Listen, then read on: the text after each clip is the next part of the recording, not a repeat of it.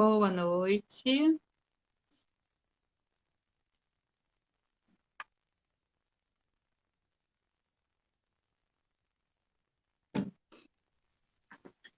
Olá, Júlia. Olá, tudo bom? Tudo bem, e você? Tudo bem. Vocês estão ouvindo bem? Eu também. Tá dando para me escutar também direitinho? Perfeitamente. É um prazer, viu, Laura? Muito Obrigada, obrigada fiquei muito por feliz ter com aceito o nosso o convite, prazer. viu? Vamos aguardar os outros dois participantes. Essa é a advogada da nossa comissão, a doutora Patrícia Uhum. Bordigão, e o professor José Mário Souza.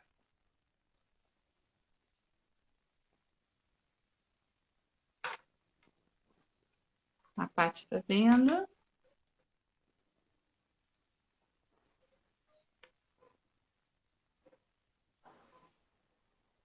A Paty. Olá, Oi, Olá, boa Patrícia. noite. boa noite. Boa noite, Laura. Tudo bom? Tudo bem, prazer. Prazer. Boa noite, Júlia. Boa noite a todos que já estão chegando aqui para acompanhar a nossa live. Esperar mais um pouquinho aqui o nosso próximo convidado.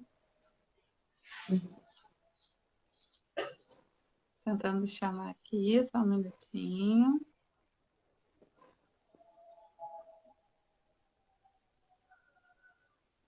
Poxa, tá dizendo que a gente só pode 3 convidados nessa sala ao vivo. Engraçado. Hum.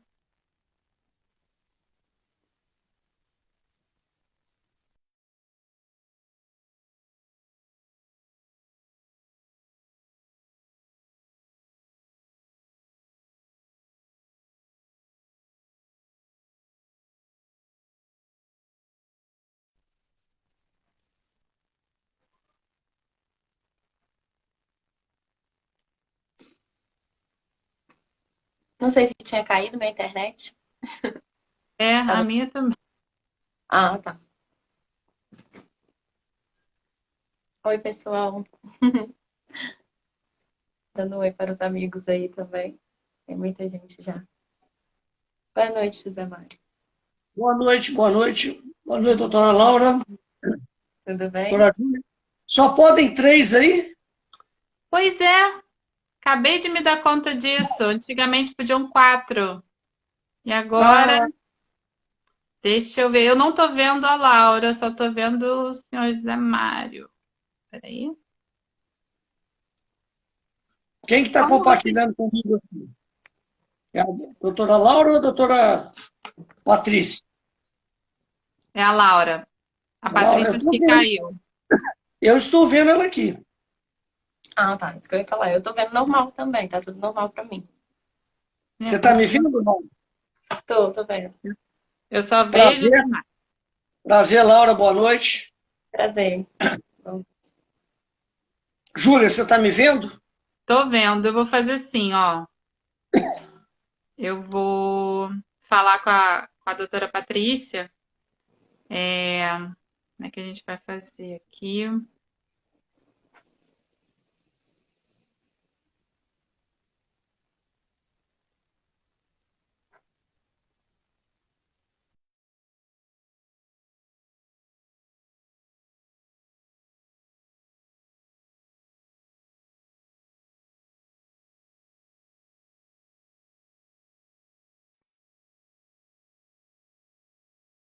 Sumiu.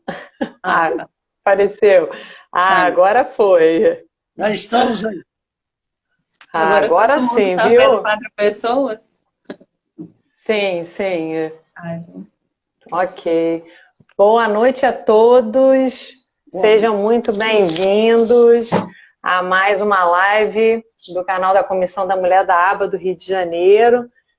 Aqui é um espaço de reflexão e debate sobre tudo que afeta o direito das mulheres, mais do que isso, um espaço onde a gente joga a luz, né, sobre os aspectos da realidade que afetam a vida das mulheres sobre o ponto de vista jurídico, social e econômico.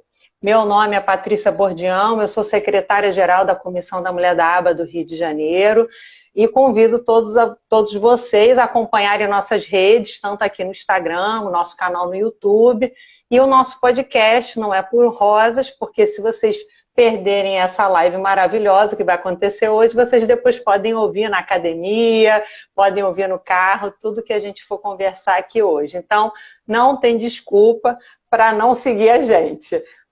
Hoje, eu e a minha colega de comissão, a nossa secretária adjunta, a doutora Júlia Kerr, vamos bater um papo sobre um tema, né? Vamos bater um papo e refletir sobre um tema bastante sensível, não só para o universo das mulheres, mas para toda a sociedade, mas que a gente realmente precisa debater, a gente precisa refletir sobre ele, a gente precisa expor esse tema, né? Que são os desafios da inclusão da pessoa com deficiência. E para nos levar nesse momento de reflexão, nós estamos aqui com a Laura Liz, que é mineira, de Bom Despacho. Eu conheço Bom Despacho, hein, Laura? E atualmente carioca, né, que já está há algum tempo aqui no Rio, e que trabalha, né, atua na área de compliance bancário. E com o José Mário Brunelli Souza, que é mestre em educação e professor e gestor escolar há mais de 40 anos. Eles vão trazer aqui para a gente as histórias de vida deles que passam por esse tema, né, que conversam muito sobre o que a gente vai debater aqui hoje. Então, gente, vou agradecer o aceite do convite. É um tema que é muito caro à nossa comissão, né? Todas essas questões que têm interseccionalidade com os temas que a gente trabalha, a gente faz questão de discutir aqui, de trazer para reflexão, como a Paty bem colocou. Então, vamos lá, vou começar. A gente fez um roteirinho com algumas questões que a gente acha que são relevantes e a gente vai começar. Eu vou começar perguntando para o professor José Mário o seguinte. Vamos começar do início para não cometer nenhuma falha, né?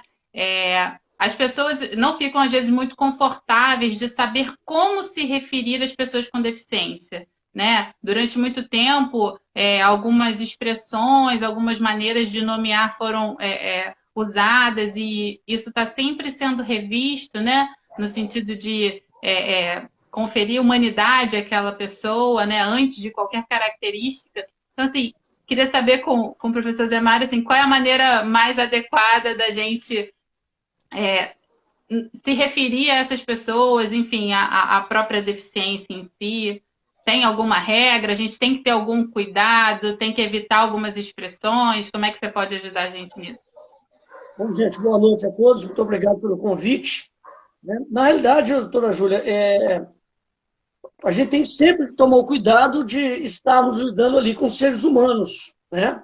Então, essa referência ela tem que ser muito importante, muito bem estudada para poder evitar suscetibilidades, aí, quaisquer que sejam, né? Eu não sou muito expert no assunto para dizer assim, quais são os termos específicos, até eu ia considerar, eu falei, isso aqui eu vou deixar que as advogadas nos orientem melhor, mas essas expressões que são, vamos dizer assim, tradicionais de serem utilizadas, né? Porque hoje o que acontece? O Conselho Nacional de Educação, quando ele coloca sobre a educação inclusiva, né? E ele traz exatamente esse termo dos indivíduos com necessidades especiais, quaisquer que sejam, né?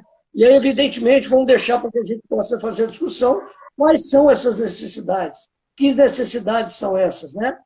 Porque, na realidade, existe uma situação cultural que foi imposta pela sociedade, que são aquelas situações assim, o que foge a uma possível normalidade seriam situações especiais, né? E aí nós temos que ver essas diversas situações. Ela pode ser da parte cognitiva, ela pode ser da parte física, né? Então nós temos várias situações dessas. Tá? Eu vou lhes pedir aí, vai me ajudando aqui para eu não me estender muito, tá bom? Conseguir me fazer entender? Sim, com certeza. Essa questão do especial, né? Às vezes algumas pessoas também acabam questionando, né? enfim, é muito polêmico, né? A gente sempre fica com cuidado, com quem tem Sim. consciência busca ter esse cuidado, né? Que eu acho que é o primeiro passo, né, da empatia. E Paty, até, e até mesmo, desculpa, que até mesmo a situação é de você cometer alguns equívocos, né? E até mesmo na situação de tentar ser agradável, acaba fazendo uma situação desagradável. Nesse... verdade. Exatamente. Esse era o nosso cuidado. Paty, Eu posso responder também, né? claro. Pode, claro. Então, o termo correto eu sempre falo com meus amigos, qualquer outra pessoa, na hora de iniciar uma conversa específica sobre o assunto. O termo não tem muito mistério, é pessoa com deficiência. A gente lembrar sempre de colocar a pessoa antes da deficiência, porque a deficiência é só uma característica daquela pessoa, como qualquer outra característica que ela possui. A questão de portador de necessidades especiais, que é muito usado no sentido para ser mais genérico e abranger outros grupos além das pessoas com deficiência, ela, de certa forma, é um eufemismo, no sentido de ter um cuidado que às vezes é desnecessário, de falar que aquilo ali é algo muito especial. O especial pode ser qualquer coisa e isso vai variar de pessoa para pessoa. Então, cada grupo tem um termo correto, uma referência que deve ser usada. E hoje, o termo adequado é pessoa com deficiência. Isso a gente tem uma realidade aqui no Brasil desde 2015, com o nosso Estatuto da Pessoa com Deficiência. Mas a ONU, na Convenção das Nações Unidas, já usa esse termo desde 2006. A nossa Constituição Federal, por exemplo, que é de 88, está totalmente desatualizada porque ela ainda aborda o termo portador de pessoa com deficiência. E a deficiência não é uma coisa que a gente porta, não é uma sombrinha nem uma bolsa que a gente leva para onde que a gente for. Ela faz parte daquela pessoa, ela não define aquela pessoa. Então é só a gente realmente lembrar do básico. É uma pessoa que tem uma deficiência. Perfeito, Laura. Essa colocação que você fez sobre a gente usar, às vezes, outras expressões como uma tentativa de, como você colocou, né, um eufemismo, eu acho que acaba com que a gente... É como se a gente quisesse falar de forma velada, né? Como se a gente, na verdade, não quisesse lidar com isso. Sim. Então, por isso que é tão importante a gente nomear corretamente, né? Para poder justamente fazer isso aqui que a gente está fazendo hoje, conversar a respeito desse tema que não era mais para ser tão sensível, como você colocou, né? Já tem tanto tempo que já existe esse conceito e a gente continua assim, você vê, tanto eu quanto a Júlia, a gente continua com dúvidas, porque justamente por isso, porque existe toda essa coisa assim delicada, essa coisa meio velada em tocar no assunto. Eu queria aproveitar, Laura, a gente precisa conversar, a gente tem que falar e perguntar, questionar. Então, assim, realmente é não ter medo de falar ali e querer aprender mais mesmo, porque a gente não tem que achar que a deficiência é um problema, que é algo ruim, que tem que ser alguma coisa prejudicial ali. É a gente saber lidar com a deficiência que existe e realmente colocar, bem colocado, com o termo correto aí, que todo mundo vai aprendendo também. Exatamente, Laura. Eu queria que você falasse um pouquinho para a gente de um termo que tem ganhado destaque em algumas discussões, que é o capacitismo, né? E quais são os reflexos do capacitismo? Então, quando eu falo do capacitismo, eu sempre vou falar primeiro do racismo, do machismo, da gente lembrar de todas essas palavras que têm esse sufixo ismo, que são todas relacionadas a algum preconceito.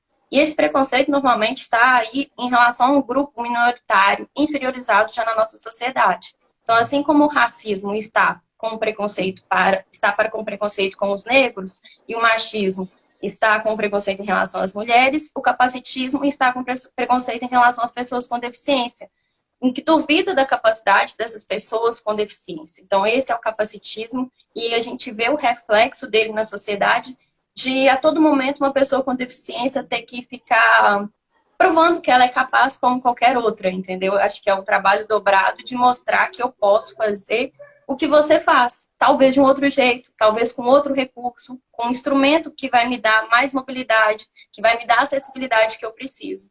E isso é a realidade que vai ser adaptada de acordo com cada pessoa, respeitando as suas diferenças.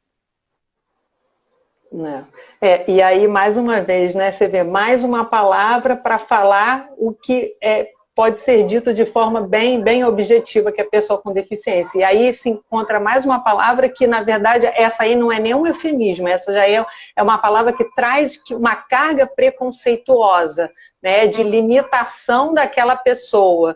Então, realmente, dar o nome correto já faz com que a gente consiga ultrapassar muitas barreiras, né? Essa do preconceito, principalmente.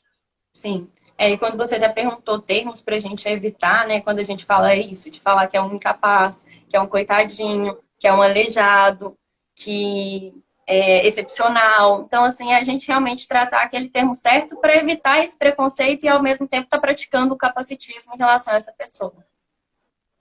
Exatamente. Só fazendo aqui, tentando, de alguma forma, colaborar, realmente, o conceito, né, o tratamento que sempre foi dado a essas questões, muitas vezes foi pautado exatamente na falta, né? Essas pessoas eram consideradas como que não atendendo integralmente a todas as características ali padrão. E a nossa legislação, os termos, eles foram desenvolvidos nesse sentido. E refletir sobre isso, obviamente, vai gerar a capacidade da gente nomear corretamente e se referir corretamente e enxergar corretamente essas pessoas, né? Porque eu acho que não ter visibilidade é algo muito naturalizado ao longo do tempo, né? As pessoas com deficiência ficavam em casa, ninguém nem cogitava, né, o direito que elas tinham de estar na rua, de querer estudar, de querer trabalhar. E essa batalha é uma batalha que ela ainda persiste, porque mesmo que esses direitos sejam reconhecidos, às vezes os ambientes não são preparados, né? As estruturas não estão receptivas a todas as necessidades das pessoas. Então, sem dúvida, é uma conversa que a gente vai ter que repetir muitas vezes ainda aqui na comissão e em todos os lugares. E por falar nisso, complementando, só complementando mais um pouquinho em relação a isso, né? A gente pensar que o reflexo disso tudo, né, que está até nos dias de hoje, vem lá de eurocentrismo, a gente pensar da nossa história aí, daquele homem branco, aquele padrão europeu, cristão, que era um padrão que era esperado e que isso era normal. Então, tudo que foge a essa realidade, né, se for, não é um homem branco, é heterossexual e tudo, já fugiu e é esses grupos minoritários que são desprivilegiados, que não tinham nem o direito de existir e que continuam ainda sofrendo preconceito até hoje em dia. Com certeza. E a gente, acho que a melhor ferramenta para a gente ir desconstruindo isso e construindo outros conhecimentos mais sólidos é a educação, né? Acho que ninguém duvida disso. Então, vou direcionar essa pergunta para o professor Zé Mário, para perguntar a ele como é que as escolas têm tratado, têm acolhido, né? Têm se preparado para lidar com o diferente. Olha, bom, primeiro que já houve uma evolução, é isso que a doutora Laura também já comentou, né? Já veio ao longo dos anos, né? É lei. Então, agora, a LDB ela tem um capítulo específico só sobre a educação inclusiva, né? Então, agora, as escolas, o que acontece de uma maneira geral? É que as escolas, primeiro, quando a gente fala sobre essa situação da inclusão na escola, eu costumo dizer o seguinte, cada caso é um caso, né? Então, na verdade, você tem um estudo de casos, porque cada situação que vem ela é diferente da anterior, né? Então, há necessidade da escola, principalmente dela conseguir estar junto com a família para poder acolher a esse aluno, né? E o que a escola tem que fazer? Ela tem que adequar dentro do projeto político-pedagógico dela como atender aquelas necessidades. Então, e observa bem o que eu falei, agora é lei. Porque, na realidade, hoje a doutora Laura, eu apresentei ela hoje, a minha filha, né?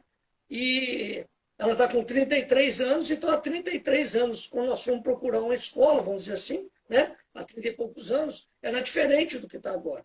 Mas o que a gente ainda constata, que é uma realidade, é que as escolas, de uma maneira geral, não estão preparadas para essa inclusão de uma maneira total, de uma maneira mais totalitária na realidade. Então, esse que é o grande dificultador que tem.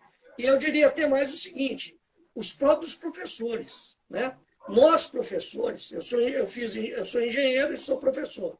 nós, professores, de uma maneira geral, né, não podemos generalizar isso também, nós não fomos preparados para esse tipo de situação, para essa inclusão.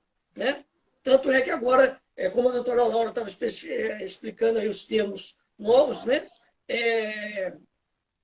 O Ministério da Educação estipula lá a educação inclusiva. Ou seja, quem for fazer agora a situação de pedagogia os cursos para poder ser professor, ele tem que trabalhar em cima disso, quer dizer, conhecer o jovem, conhecer esse tipo de situação. Então, é uma situação bem difícil, eu vou repetir aqui, cada caso é um caso diferente. Então, há uma necessidade muito grande, eu sempre digo isso com os pais de alunos, com a família, o contato família-escola não é importante, não, ele é fundamental numa situação dessa. E nós temos que ver também que uma outra dificuldade que a escola tem é de como que essas informações chegam para a escola. Como é que vem isso? Né? Porque, por exemplo, ela vem um laudo para aqui. Uma dificuldade muito grande que nós sentimos, depois, tendo a oportunidade, eu vou comentar, que é um trabalho de inclusão que nós temos desenvolvido aqui, é que uma dificuldade que eu tinha muito grande era dessa integração entre a escola e os profissionais que atendem esse indivíduo. Né? Desculpa aqui, doutora Laura, como é que eu devo me referir aqui? Pessoas com essa deficiência. Pessoa, né? Então, esse é o grande dificultador que tem. Então, não há uma interação da escola com os profissionais que acompanham. Eu queria também fazer, você explicou muito bem essa questão em relação às demandas da pessoa com deficiência, a questão da capacitação dos profissionais de educação, que é uma necessidade, né? Eles estarem preparados ali com as ferramentas e os recursos necessários. Mas eu tenho uma pergunta que é em relação aos colegas de classe. Eu imagino que esse aprendizado, né, do que a pessoa com deficiência é capaz, né, como se referir a ela, nada é melhor do que conviver com elas para entender o quanto elas são capazes, né, como elas são pessoas como a gente antes de qualquer característica. Como é que costuma ser essa interação dos outros alunos?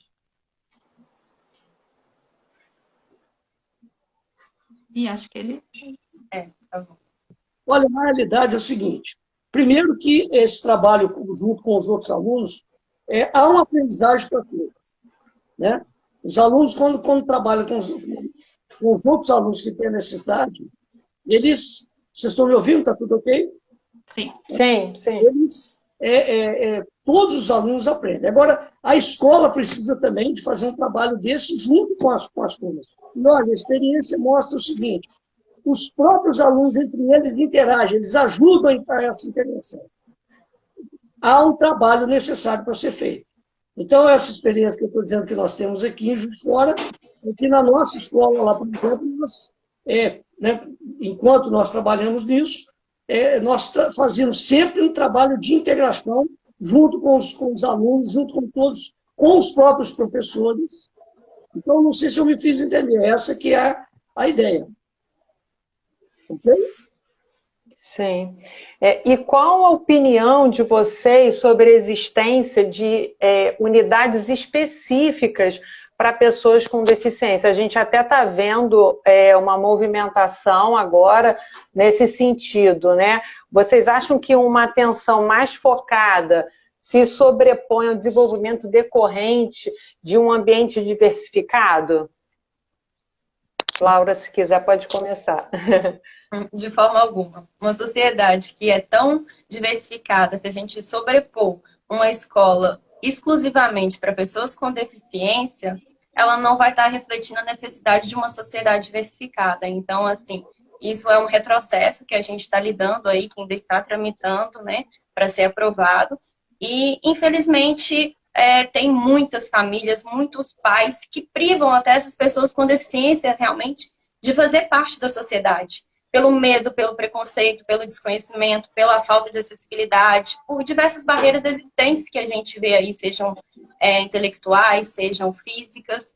Então, assim, isso é um reflexo de algumas pessoas ainda acharem que esse é o melhor. Sendo que não é de fato, porque a gente precisa saber lidar com as diferenças. quando a gente pensa hoje, com quantas pessoas com deficiência vocês convivem? Onde essas pessoas estão? As pessoas com deficiências representam 1/4 da população brasileira.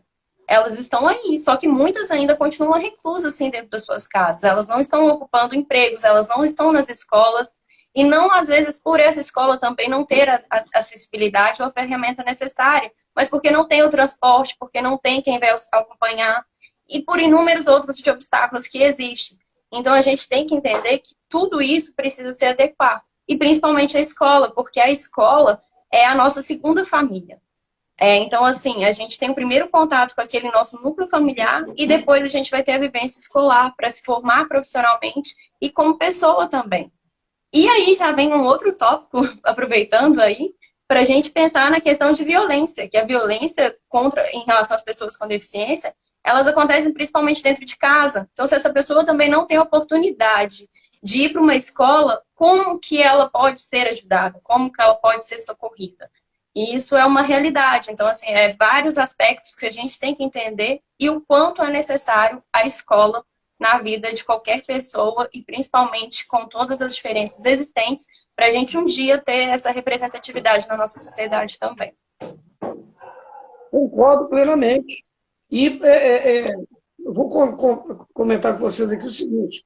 Quando nós chegamos a pensar, e aí, doutora Laura, que você colocou aí, quando eu cheguei a pensar em montar uma escola para uma situação dessa, né, para indivíduos com necessidades especiais, eu cheguei a comentar o seguinte: se eu colocasse um letreiro escrito escola com indivíduos com necessidades especiais, eu ia ter um aluno só, que era minha filha, né?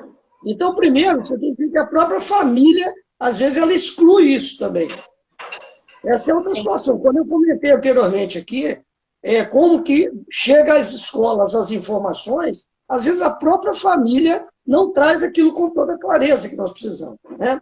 E voltando a essa questão da segregação, evidentemente que quanto mais, quando a gente fala em inclusão também, e quando chega à escola, nós temos uma inclusão didático-pedagógica, mas você tem inclusão social também, né? Porque também quando nós falamos nessa situação das necessidades, quando você pega uma necessidade, por exemplo, física, onde você tem que fazer a questão da acessibilidade, né? Essas adequações que a escola precisa de fazer, que são, em termos de legislação, elas são feitas. Agora, quando há uma necessidade, por exemplo, da parte cognitiva, aí o trabalho tem uma complexidade muito maior. Aí você tem que trabalhar outras instâncias em cima disso. Então, você, às vezes, precisa fazer adequações do próprio projeto político-pedagógico, da estrutura curricular, né, para você adequar. E aí, para vocês terem uma ideia, hoje, coincidentemente, eu conversando com uma supervisora de uma escola, nós estamos dizendo, por exemplo, a questão do superdotado, né? O aluno que a escola fica aquém das condições dele. Então, cada caso é um caso que a gente precisa de analisar. Mas, com certeza, a inclusão social é fundamental para isso. Eu acho que e para isso, a gente... pode falar, Gil. Eu só ia considerar o seguinte, eles colocaram pontos muito importantes e realmente, se você parar para pensar, né, no rol, né, na multiplicidade de necessidades diferentes, né, que essas pessoas têm, um é visual, outro é auditivo, outro é de locomoção, outro é cognitivo, realmente você conciliar um único método de ensino, uma didática específica, certamente não vai atender a todos. E isso é um desafio realmente muito grande. E outro ela não existe. Eu imagino, é um grande desafio. Ela não existe, não existe. Desculpa, pode continuar. Não, e o outro ponto que eu achei muito interessante e necessário falar é em relação realmente a essa questão do primeiro lugar onde essa pessoa ela precisa ser reconhecida como uma pessoa com a sua autonomia de vontade, né? Porque muitas vezes a pessoa portadora de deficiência, dependendo qual seja ela é minimizada enquanto indivíduo, né? Ela é infantilizada, a sua vontade, né? Eventualmente seu direito de ir e vir é cerceado porque ela muitas vezes depende de alguém que a leve ou que né? Enfim, que a auxilie. Ou por questões motoras, ou eventualmente até cognitivas, mas ela, às vezes, quem está ali na função do cuidado, ela extrapola essa função de cuidado para ser uma função de controle excessivo, né? E eu acho que o estatuto que veio um pouco para conferir efetivamente essa autonomia que não era tão real, né? Até eu estou fugindo um pouquinho aqui do script, mas eu achei que é uma ponderação que vale muito a pena a gente tocar, né? Se a gente está falando realmente de reconhecer esses indivíduos e os seus direitos, né? E ainda reportando uma situação, pode falar. E ainda reportando uma situação que foi colocada, né, sobre a questão do papel da escola, nós não podemos perder de vista nunca que, quaisquer que sejam essas necessidades, conforme foram colocadas, esse indivíduo tem a sua individualidade, ele tem as suas capacidades que têm que ser buscadas, né? Então, eles, na realidade, eles têm autonomia também. Então, é isso, então, nós temos que respeitar aquele ser humano que está ali, né? E trazer, esse que é o papel principal da escola nesse sentido, é que ele consiga trazer, né, para dentro e trazer dentro das capacidades deles. Tá? Desculpa aqui, doutor Glaucio.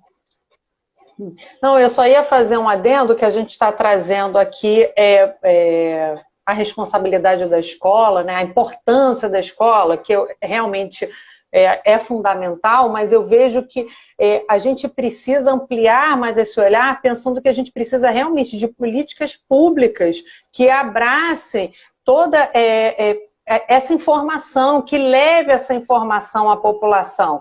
Porque, assim, senão fica um trabalho muito individual, né? Cada pessoa dentro do seu núcleo familiar, conhecendo aquilo e desconstruindo aquilo. E a gente precisa levar essa informação à sociedade, até para que a sociedade se comprometa também em incluir essas pessoas com deficiência dentro dos espaços públicos, que, assim, hoje em dia a gente vê a questão... ainda eu acho muito pequeno, né? Eu uso muito transporte público, de você ter acessibilidade da pessoa com deficiência física. Mas você vê, né, como o professor colocou, e a pessoa com deficiência da parte intelectual, cognitiva, né? Como é isso? Hoje a gente já tem algum avanço, por exemplo, das pessoas com autismo, a gente já tem aquele, né, é tipo um lacinho, né, um símbolo que tem ali, e aí você tem a prioridade em filas, a prioridade de atendimento, mas eu ainda vejo tudo muito tímido, né? Eu acho que falta realmente um comprometimento do Estado para levar essa informação de forma ampla para a sociedade. Porque senão a gente joga muita responsabilidade também só para a escola, que é muito importante, mas não supre a necessidade de informação que a sociedade precisa. Você vê, nós somos pessoas com informação, que temos acesso à educação e temos dúvidas da nomenclatura que vamos usar. O conceito, né? Qual é a palavra que vamos usar? Você imagina dentro de um Brasil como o nosso, extremamente desigual, que as pessoas têm pouco acesso à informação, à educação, como é que essa pessoa, como é que a sociedade vai lidar com isso? Não sabe realmente. Aí, se não sabe lidar, não inclui, né? E aí, porque parece assim, se eu não sei lidar, é mais fácil eu excluir, porque eu não sei lidar. Então, é realmente um ponto que a gente precisa refletir também. Existem países onde, por exemplo, portadores de determinada síndrome, eles têm uma identificação para que ele consiga ter acesso a várias situações de transporte, por exemplo, né? E uma outra situação também, doutor, foi muito colocada, é o seguinte: nós, enquanto nós estamos falando aqui do próprio sociedade, trazer isso, uma outra situação que nos preocupa muito dependendo da estrutura familiar, a família nem conhece os direitos que tem. Ela nem sabe dos direitos que ela tem.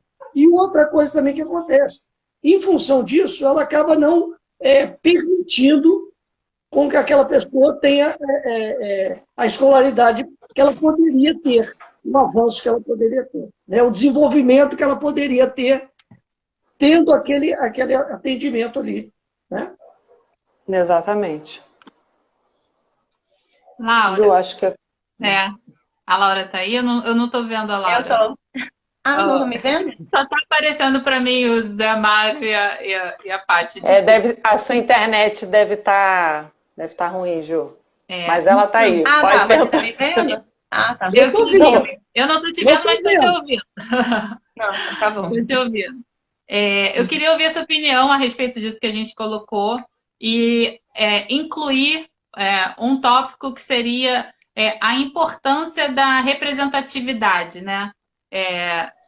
Como é que isso interfere na vida da pessoa com deficiência? Assim, a gente fala muito disso na nossa comissão em relação ao aspecto da mulher, né? Das pessoas pretas. Como é difícil, por exemplo, né? A gente pensar em cargos, né?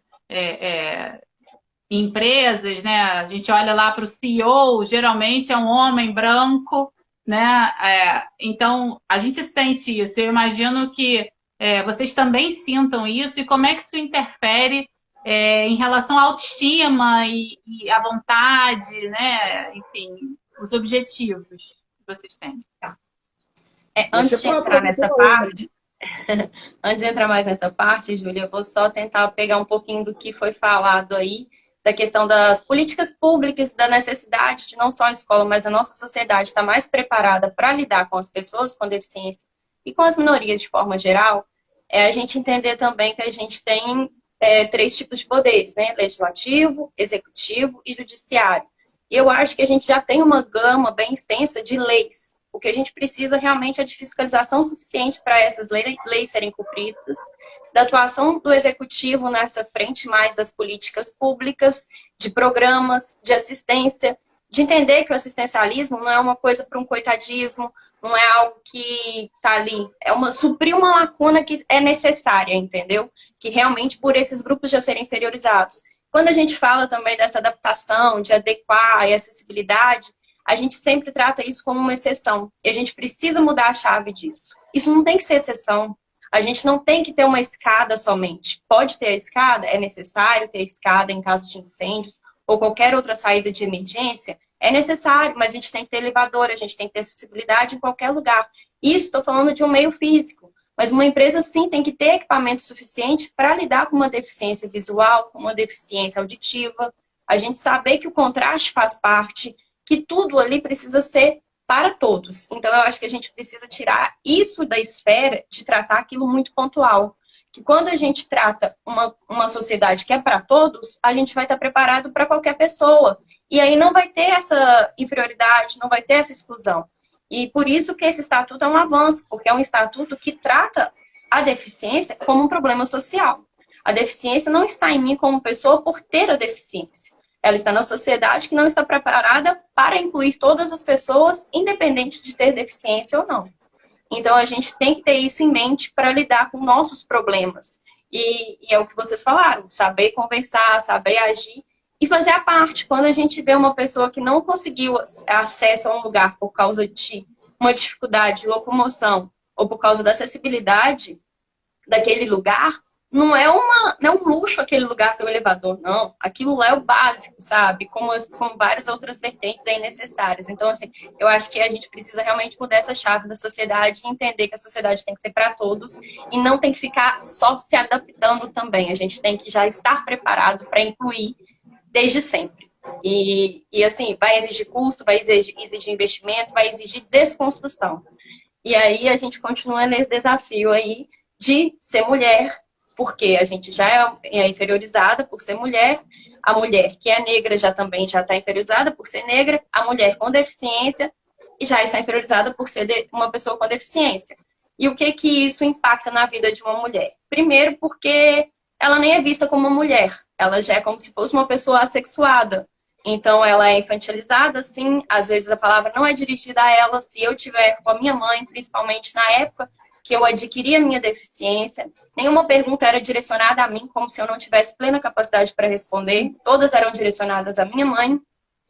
E isso é um problema da sociedade, porque o meu problema é algo que eu posso resolver. Eu posso resolver tentando falar, abordar e tudo, mas a pessoa tratar aquilo é porque ela que precisa ainda evoluir, desconstruir e entender que é uma pessoa que tem plena capacidade. E um outro avanço do Estatuto foi esse, de dar plena capacidade civil para qualquer pessoa com deficiência. Porque antes a gente tinha casos de uma pessoa com deficiência ser absolutamente incapaz. Hoje, em situações transitórias, patrimoniais, uma pessoa pode não estar em plena capacidade do gozo dos seus direitos civis e ser relativamente incapaz e contar com uma curatela especial. Mas ela nunca mais vai ser uma pessoa absolutamente incapaz. Então, isso é um avanço, é uma conquista. A pessoa com deficiência, principalmente intelectual, quando não poderia casar, hoje ela já tem todos os seus direitos civis em relação ao casamento, reprodutivos e sexuais, que também foi um outro avanço. Então, eu acho que assim, é um ponto muito importante destacar essa questão de não ver a pessoa com deficiência como uma mulher e ver isso daí como assexuada, e isso impactar aí também no meio né, no escolar, no trabalho, quando a gente não está ocupando um cargo elevado, a gente não está sendo representada na televisão, nos meios públicos, e isso tudo é esse reflexo dessa exclusão já que vai acontecendo na nossa sociedade. Então, a representatividade é fundamental para a gente poder se ver nos outros, a gente ver que a gente é capaz de estar ocupando o cargo de uma diretoria e superar todas essas barreiras aí existentes. Somos seres integrais, né? Eu acho que essa fala da Laura deixa isso muito claro, né? Óbvio que nossas demandas fisiológicas, né? Nossas características físicas, elas têm o seu lugar, assim como a gente tem as nossas demandas psicológicas, de interação, de socialização, de relacionamentos afetivos e de sexualidade. E isso faz de cada um de nós ser quem é. Né? Então, realmente, enxergar essas pessoas, né, dentro desse cenário, né, dessa integral observação é fundamental. E essa questão da visibilidade dessas pessoas como assexuadas realmente é uma questão que eu notei que é muito presente, né? A gente acaba não falando, não percebendo isso, mas de fato são aspectos, né, da vida que não são considerados e até os direitos reprodutivos são coisas que são tão óbvias, né, que a própria Constituição assegura a todos, mas como não, na prática não é algo óbvio, o Estatuto da Pessoa com Deficiência teve que reafirmar determinados direitos que não seriam sequer necessários, né? Então, realmente, isso é um ponto que a gente precisa insistir, né, cada vez mais. Assim, E até contraditório, sabe, Júlia? Porque quando a gente fala dessa questão do lado assexuado, a gente vê a quantidade de violência também sexual e doméstica que acontece, principalmente com pessoas com deficiências sensoriais, intelectuais. Dentro de casa, que é aí que eu falei, que acaba acontecendo o abuso, que acha que não vai, que ela não vai falar, que ela vai ficar calada. Então, assim, vários assuntos que a gente vai lembrando aqui de pontos importantes que estão relacionados a todos eles. Então, assim, isso é muito cuidadoso, né? Porque a mulher não está atendendo aquele corpo perfeito, padrão, porque ela não atende ao esperado, porque mulher já sofre com a pressão da sociedade por causa de uma estria, por causa de peito, bunda que não está ali sendo do jeito que é esperado. Então, uma pessoa que, às vezes, tem a ausência de algum membro, que tem alguma deficiência, alguma outra dificuldade de sociabilidade ali, ela já é excluída também, já é menosprezada por isso, entendeu? Então, assim, você tinha perguntado também dessa autoestima, eu acho que essa autoestima é construída em individual, né? Isso é cada um mesmo, mas que tem esse preconceito aí, ao mesmo tempo com essa contradição em relação a essa violência também que é existente e marcante na nossa sociedade.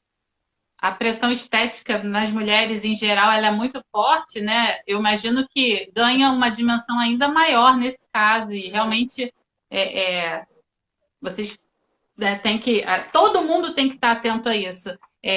O Zé Maria falar? Então, eu ia comentar que isso aí é o trabalho incessante do Conselho da Mulher aí, né? Sem dúvida, sem dúvida.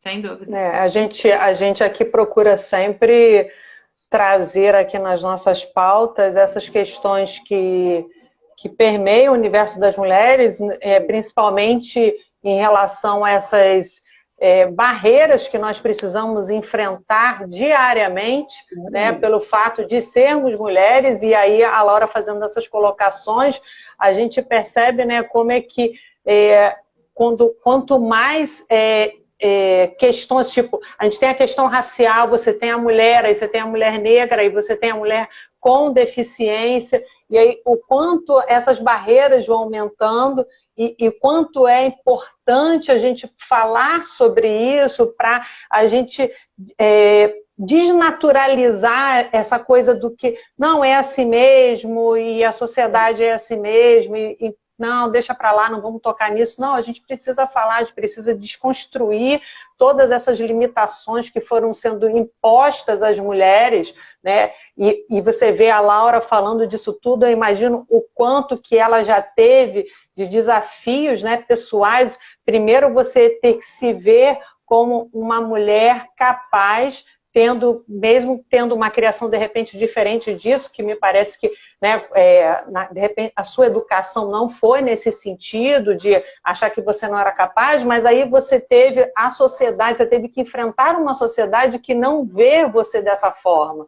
Então, eu fico aqui pensando, você fez uma colocação que eu achei tão interessante, que você falou assim, a gente tem que parar de enxergar a acessibilidade como uma exceção, né? Então, a acessibilidade ela tem que ser uma regra de todos os lugares. Então, eu não tenho que pensar que eu tenho que construir uma rampa porque alguém, né, um cadeirante vai ficar. Não, eu tenho que construir isso aqui e tem que ter uma rampa porque essas pessoas estão na sociedade, elas precisam estar dentro dos lugares. E aí, eu te digo, Laura, obviamente, com um grau talvez muito menor do que as pessoas com deficiência passam, mulheres, mães, elas sentem um pouco dessa... Acessibilidade, quando eu falo, é de forma geral. Os espaços públicos não são feitos para as mães, não são feitos, né? Não são feitos todo para mundo todos, gosta né? da criança, mas ninguém quer a criança em lugar nenhum, né? Então, a gente, enquanto mãe, eu sou mãe, a gente percebe isso, né? A gente os espaços para as mães são muito limitados e as pessoas olham torto, de fato, quando você vai para um lugar que não se espera que vá com uma criança. Mas aí eu pergunto, que sociedade é essa que a gente tem mulheres, a gente tem mães, a gente tem crianças e assim, as crianças não podem participar dos espaços. Aí a gente então, não pode passar com um carrinho de bebê, você imagina uma cadeira de rodas, né? Como é que é limitado? Sem dúvida. Sim, não, se você pensar em transporte público, né, se você pensar no ônibus, o ônibus não é um espaço para uma mãe que está com filhos, não, é nítido aquilo ali, né? Então aí a pessoa tem que pedir o favor para o motorista para abrir a porta de trás, porque ela está com a criança no colo. Você vê que coisa louca isso, né? Então, assim, a gente vê que, na verdade, você vai se tornando cada vez mais vulnerável sobre outros aspectos, né? Eu estava até lendo sobre isso, a hipervulnerabilidade, porque um exemplo que eu achei muito interessante que a Laura trouxe. Você é mulher, você tem uma deficiência, você eventualmente é preta, e você vai somando essas vulnerabilidades, né? Por exemplo, a pessoa cadeirante, ela depende muito dessa acessibilidade e ela está exposta, né? Porque ela precisa ali, ela só consegue se locomover, ou seja, o direito de ir e vir dela está limitado em função disso. E aí vamos supor que ela não consiga ir para a escola, né? Ou não consiga ir para uma universidade em função dessa dificuldade. Então ela está deixando de se capacitar e desenvolver intelectualmente para, de repente, mudar o seu padrão social. E a própria mulher que tem alguma deficiência, ela vai estar mais suscetível a uma violência, porque ela não vai conseguir reagir, de repente, na mesma proporção, ela não vai conseguir contar, ela não vai conseguir fugir, e ela se torna hiper vulnerável, efetivamente, né? E a gente precisa enxergar isso e não juntar tudo num bolo só, é vulnerável e acabou, e a gente precisa enxergar com a dimensão que isso tem, efetivamente. Eu acho que é a lição maior que a gente pode ter, né? É essa. E essas dificuldades vão inibindo né, tanto mulheres quanto as pessoas com deficiência, a participarem dos espaços públicos, dos locais públicos e de estarem, né, em cargos, né, dentro de empresas, cargos altos, como você colocou, Júlio, um CEO e tal, porque a pessoa ela vai cada vez mais percebendo que aquele espaço não é para ela. Então, ela vai recuando, né? E outra coisa também que veio acontecendo, né, das próprias construções civis, elas tiveram que vir ser adaptadas ao longo do tempo também. Então, acesso a determinados locais aí, você tem essas plataformas, por exemplo, que se colocam, né, e que dificulta mais ainda os acessos. Então, isso tudo dificulta cada vez mais. É isso mesmo. Mas eu acho, por exemplo, essas de ônibus, pelo menos aqui no Rio de Janeiro, nunca funcionam. Funcionam precariamente. Eu acho que é o retrato do descaso e assim, o atestado de que, olha, para a gente isso não tem importância. E é isso que eu acho que a gente tem que cobrar, né, do poder público, porque realmente existe e é para ter operacional, é para funcionar, não é para alguém ver. O selinho lá de ser amigável com pessoas com autismo não é para ser uma jogada de marketing, é para efetivamente atender aquela demanda. E a gente, infelizmente, vê que tem isso, né? Sim. Laura, tem uma pessoa que está nos assistindo que está perguntando como que você descobriu o esporte. Sim, é a Maíra, a minha professora atualmente de canoa havaiana, e me introduzindo no VA, que eu até participei com ela no último fim de semana de uma competição, foi uma experiência incrível. E vamos lá lembrar do início desse esporte. Eu tem que falar um pouco de como que hoje eu sou uma pessoa com deficiência, porque quando eu adquiri a deficiência em 2016 devido a um acidente automobilístico, eu estava descobrindo a corrida, eu estava começando a correr, estava mudando um pouco a minha vida pós-universidade e tentando voltar para uma vida mais saudável. Então, sofri o acidente e fui me adequar àquela realidade, no sentido, o que vai ser agora? Começar uma fisioterapia e aos poucos. Depois daquela fisioterapia básica dentro de um consultório, eu fui para uma ecoterapia, que foi uma fisioterapia no cavalo. Depois disso, eu comecei a ir para a piscina e fui para a natação. Então, depois comecei o Pilates, para ajudar mais no fortalecimento da coluna, até chegar na musculação. Depois da musculação, eu descobri o CrossFit. Então, no final de 2018, meu primeiro esporte aí, realmente, foi o CrossFit.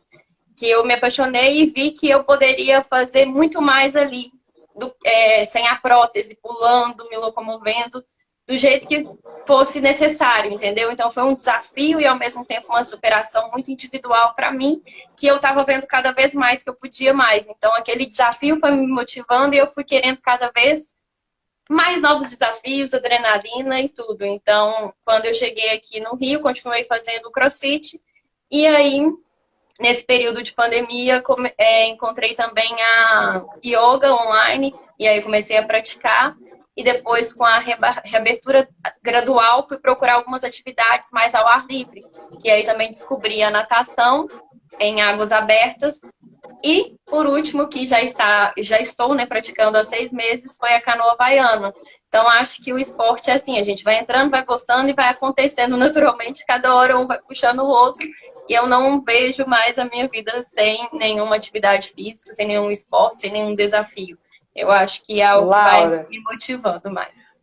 A Maíra, ela é o quê? Sua coach? Ela é minha professora da canoa havaiana. Gente, por favor, Maíra, pode se apresentar aqui à comissão, tá? Porque a gente está precisando fazer todas essas atividades. Pois é, mas... Gente! Nossa, Parabéns, que legal, e agora né? Eu estou voltando a correr também. Estou começando a correr novamente. E realizar esse novo, nenhum sonho que está aí guardado. Laura, isso só demonstra o quanto que a pessoa com deficiência é capaz, né? Sim, eu acho que é a pessoa. A gente tem que saber que a gente pode, a gente tem que querer e ir atrás. Então, assim... E entender que todos, né, o esporte principalmente, ele é muito adaptável de acordo com a sua realidade. Se você não tem um movimento perfeito do seu braço, você vai conseguir fazer do jeito que você quiser. É uma coisa que eu falo assim, quando eu vi uma garota aí na internet também, que ela não tem os 2 membros superiores. Ela cozinha, ela pica as coisas com o pé. E a gente fica assim, nossa, que incrível, superpoderes. E o quê? Não é superpoderes. O que que é? Ela tem 2 pernas. Então, o que que ela vai fazer? Ela vai se adaptar àquela realidade dela e vai fazer do jeito dela. Pronto. Então, assim, a gente não tem que ficar falando que é algo sobrenatural. Aquilo não é natural para mim, que tenho 2 mãos, 2 braços e faço desse jeito. Mas ela com 2 pernas vai fazer do mesmo jeito, só que com as pernas. É a gente entender, então, que cada um tem o seu jeito e respeitar aquilo e naturalizar isso também. Então é isso quando a gente também tira essa questão de superpoderes, de achar que, não, ele pode, ele não pode, talvez ele não pode, porque cada um pode o que quer e do jeito que vai querer buscar ali crescer, entendeu? Então, assim, e se você não quiser e não puder, tudo bem. A gente fala que é uma frase clichê agora da pandemia, tá tudo bem, mas tá tudo bem no seu tempo, porque a gente buscar realmente o que faz bem pra gente. Então, assim, é um desafio realmente que foi se tornando cada vez mais pessoal e que vai me movimentando e movendo cada vez mais. Ótimo, exatamente. Eu achei ótimo e realmente eu fazer esse contraponto, né? Porque muitas pessoas sem nenhuma limitação não fazem porque não tem motivação, porque tem preguiça. E porque se comparam. Verdade. Mas, assim, até as Paralimpíadas acabam chamando muito essa questão, né? Do quanto as pessoas são capazes, né? Independentemente da deficiência que ela tenha, ela pode se encaixar num esporte e ter naquilo dali um prazer ou um propósito, enfim. Só que eu acho que existe o outro lado de se criar uma expectativa que a Laura bem colocou de ser algo heróico, né? Super-humano. E aí é uma pressão pelo outro aspecto. A pessoa deixa de ser uma pessoa que até ontem, né, historicamente, era considerada incapaz, para ser uma pessoa que a gente espera que faça, entendeu? Levante um carro com um dedinho mindinho. Então, isso, obviamente, deve ter uma pressão, né, um efeito psicológico de quem acaba se aventurando nos esportes.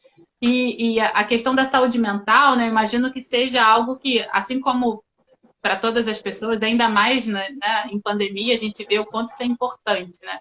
A gente cuidar da nossa saúde mental. O quanto a gente ter esse cuidado, né? Não só com a saúde física, né? Mas com a saúde mental, isso é fundamental para a gente não ir de um extremo a outro, né? Você é muito cobrada? Já foi muito cobrada disso, Laura? Acho que cortou aqui para mim, não sei se foi minha internet. Pode ser. Eu perguntei se você já foi cobrada assim, em relação a ter superpoderes, né? De ser uma pessoa que faz além, porque é aquela ideia do faz mais com menos, né? Acaba sendo uma pressão muito grande e a importância da gente ter esse cuidado com a saúde mental, né? Para não ir para o outro extremo. Sim, eu acho que é importante destacar isso. Eu acho que a minha força não está no meu corpo físico, sim está na minha mente. E quando eu faço um exercício, é principalmente para eu descansar a mente. Então, eu descobri isso e esse prazer no esporte. Então, eu não falaria cobrada porque eu não sinto essa pressão de ninguém, até porque a vida é minha e eu faço para mim mesma. Então, assim, isso é uma plena consciência que eu tenho. Mas, claro que é um peso para as pessoas com deficiência, sim, de super glorificar essa situação de esporte, de achar que sempre o esporte também vai ser o caminho e uma alternativa. Não é, porque nem sempre uma pessoa vai descobrir no esporte, ela pode se descobrir na arte, numa pintura e na sua profissão, e não vai deixar de ser profissional, de ser uma profissional. A minha chefe está aí também, ela já até destacou isso, então, assim, muito obrigada. Também acho que é importante a gente ter tudo conciliado de acordo com os propósitos que a gente tem. Então, assim, uma pessoa com deficiência, ela pode se realizar assim, não apenas num esporte ou numa questão auxiliar para preencher aquela vaga ali, mas sim no que ela qualificar e estudar para isso. Então, assim, esse peso que a sociedade coloca, quando ela tira daquele nível de coitadinho e coloca como um super-herói, é algo por ela ainda colocar esse capacitismo, de estar duvidando da capacidade daquela pessoa e de achar que então com aquele menos ela está fazendo demais.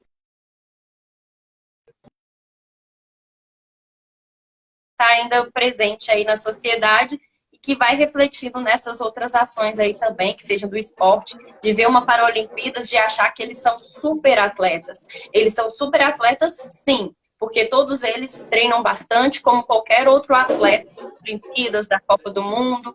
E é isso, eles estão ali como atletas, dedicando 8 horas do seu dia, sendo profissionais e tudo, e vão ter resultados. Porque é isso, quando a gente dedica, a gente vai ver os resultados, como qualquer pessoa. Gente, perfeito. É começar a naturalizar, né? É começar a naturalizar de fato que as pessoas com deficiência são capazes, né? Não colocar nem no coitadismo, nem no heroísmo. Sim. E isso torna muito mais fácil para todo mundo. Gente, a gente está chegando ao final, né? Daqui a pouco o Instagram derruba a gente. Eu gostaria de agradecer a presença da Laura, a presença do professor José. Muito obrigado. Eu acho que é um tema que a gente tem sempre que estar falando. E acho que a gente trouxe aqui excelentes informações, foi um debate muito rico. Gostaria de saber se vocês querem fazer alguma consideração final antes da gente finalizar. Não, só quero agradecer a oportunidade de participar, né? Agradecer a Comissão da Mulher, agradecer a doutora Natália Paraíso, que me fez o convite de estar aqui, tá? É um privilégio ter participado aqui, doutora Laura, parabéns aí por essa história que ela nos incentiva cada vez mais aí, né? Muito obrigado e parabéns para vocês pelo trabalho desenvolvido, né? Muito obrigado. Eu que agradeço pela oportunidade. Eu acho que a gente falou bastante aqui sobre muitos pontos interessantes, necessários, e ainda teria muito mais para falar mais dessa questão dos direitos, entender um pouquinho aí que não são privilégios, entender o papel de cada um, mas eu acho que já é um começo de esclarecer, seja o termo, seja como lidar, e entender que conversando que a gente aprende, que a gente se entende, que a gente vai saber conviver com as diferenças aí. Uma sociedade diversa é isso, é incluir todo mundo e a gente abrir mesmo a cabeça para todos aí que nos cercam. Muito obrigada. Um prazer. Nós que agradecemos. Se tiver alguma pergunta, mas eu também acho que vai derrubar mesmo, né? A gente daqui a pouco some. Mas não tem problema não, que aqui na Comissão da Mulher a gente faz parte 2, parte 3. Fica tranquila que daqui a pouco a gente chama vocês de novo. Gente, obrigado. Muito obrigada a todos que participaram, que nos assistiram. Tá? Foi excelente. E a gente fica por aqui e convidando vocês sempre a nos seguirem nas nossas redes. Tá? E quem quiser depois mandar alguma pergunta para a Laura, para o professor José, é só mandar no nosso direct que a gente responde. Ok. Boa noite a todos. Boa noite. Obrigada, pessoal. Boa noite. Boa noite. Tchau.